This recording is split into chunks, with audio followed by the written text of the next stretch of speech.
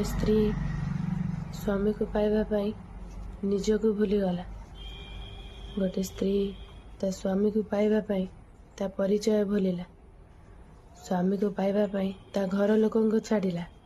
स्वामी को पाइबा पाई ता सांग साथी बंधु बांधव को भूलिला। स्वामी को पाइबा पाई खाइबा सोइबा टाइम बदलिला। तथापि स्वामी मनरे अन्य लोकों पाई समय अधिक थाए।